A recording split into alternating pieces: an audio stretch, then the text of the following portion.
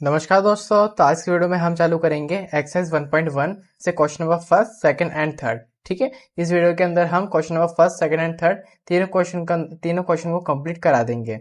और पिछले वीडियो में हमने इस चैप्टर का इंट्रोडक्शन देखा था, जो कि आपको इस वीडियो के एंड में लास्ट में आई बटन के इस साइड में मिल जाएगा, लेफ्ट साइड में, और हो सकेगा तो इस साइड में यहाँ पे ऊपर आई बटन में भी मिल जाएगा। ठीक है, ठीक है, फिर हम यहाँ पे क्वेश्चन नंबर फर्स्ट चालू करते हैं। क्वेश्चन नंबर फर्स्ट में कहता है हमसे कि name the property under multiplication used in each of the following.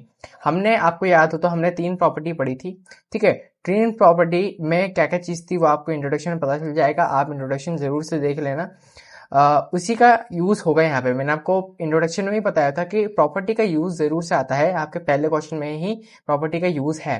तो यहाँ पे हमको प्रॉपर्टी ही बतानी कि ये जो तीन पॉइंट है ना, इनमें किस चीज की प्रॉपर्टी लग रही है, कौन सी प्रॉपर्टी लग रही है। सबसे पहले यहाँ पे -4/5 इंटू में 1, यानी कि हम इसको, इस पूरे ब्रैकेट को ए मान लेते हैं, ए मान लिया, और इसको बी मान लेते हैं। ठीक है, यानी कि ए हमारा -4/5 है और बी हमारे पास यहाँ पे 1 है। ठीक है, इतना हुआ, यानी कि ए इंटू बी हो रहा है। इक्वल के साइड में यहाँ पे देख रहे हैं 1 है, और इंटू में -4/5 हो रहा है। ठीक है, अब आप देख सकते हैं कि यहाँ पे -4/5 का मल्टीप्लाई भी 1 हो रहा है, फिर यहाँ पे 1 का मल्टीप्लाई भी -4/5 हो रहा है, लेकिन आंसर जाके हमारे पास ए ही लौट कर आ रहा है। यानी कि 1 को आप किसी भी नंबर से मल्टीप्लाई करेंगे तो आंसर आपके पास वही नंबर आने वाला है। और यह हमने पढ़ा था द रोल ऑफ 1 के अंदर। ठीक है, उसमें एक आइडेंटिटी कि 1 इज द मल्टीप्लिकेटिव आइडेंटिटी, वही यहाँ पे इसका आंसर होने वाला है कि आप 1 को किसी भी नंबर के साथ मल्टीप्लाई करेंगे ना, चाहे वो रेशनल नंबर हो चाहे वो कैसा भी नंबर हो, आंसर वही आएगा आपके पास। तो यहाँ पे हम लिखेंगे कि 1 is the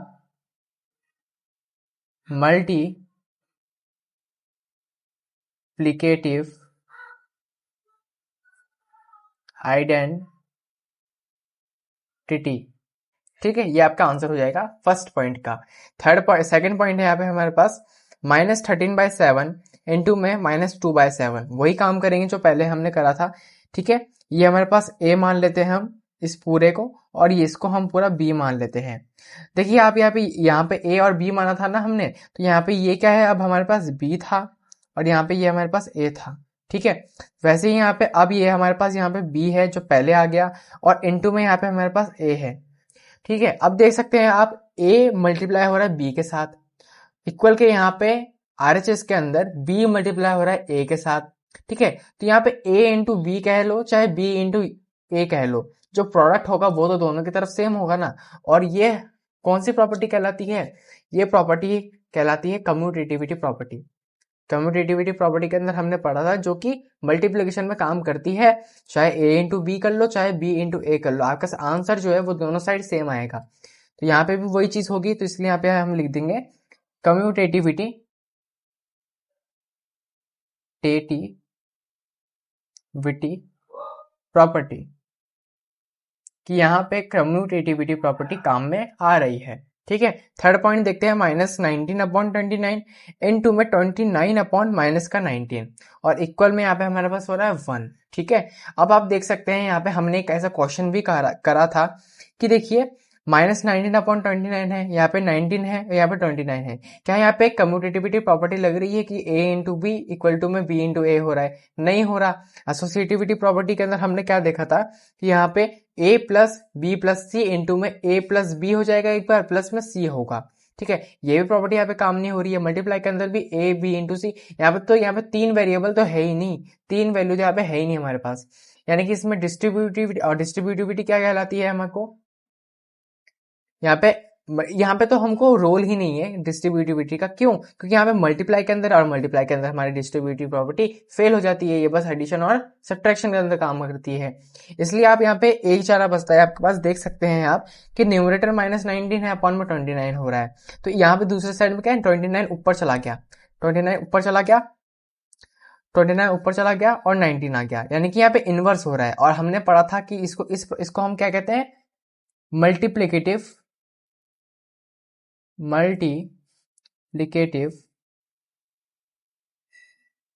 इनवर्स कहते हैं, या फिर आप इनवर्स की जगह रेसिप्रोकल भी लिख सकते हैं, रेसिप्रोकल। रेसिप्रोकल। ठीक है, हमारे पास यहाँ पे फर्स्ट क्वेश्चन कंप्लीट होता है। अब हमारे पास यहाँ पे है सेकंड क्वेश्चन। इसमें भी वही प्रॉपर्टी बताने को कह रहा है हमको। Tell what property allows you to compute 1/3 into 6 into 4/3 as 1/3 into 6 into में 4/3। कह रहा है हमसे, पूछ रहा है मतलब कि हमको बताइए कि यहाँ पे जो आपका पहला जो यहाँ पे था 1/3 इंटू में 6 इंटू 4/3, आपने इसको ऐसे किस प्रॉपर्टी के मदद से लिखा।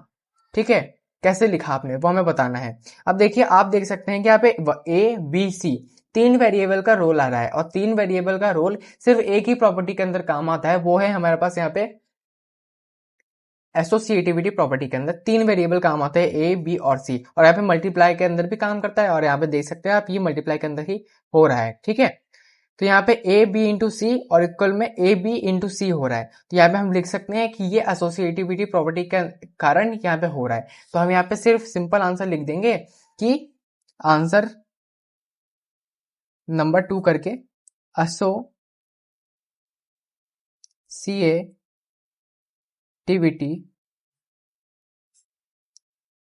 प्रॉपर्टी। ठीक है, थर्ड क्वेश्चन देखते हैं। The product of two rational number is always a, कह रहा है हमसे कि क्या प्रोडक्ट होता है टू रेशनल नंबर। हम ले लेते हैं यहाँ पे, जैसे 2/5 ले लिया, और प्रोडक्ट है यानी कि मल्टीप्लाई 2/7 ले लिया। ठीक है, अब हमसे पूछ रहा है ये कि दो रेशनल नंबर का प्रोडक्ट करेंगे तो हमारे पास आंसर क्या होगा। हमेशा हमारे पास हमेशा क्या आंसर आना चाहिए।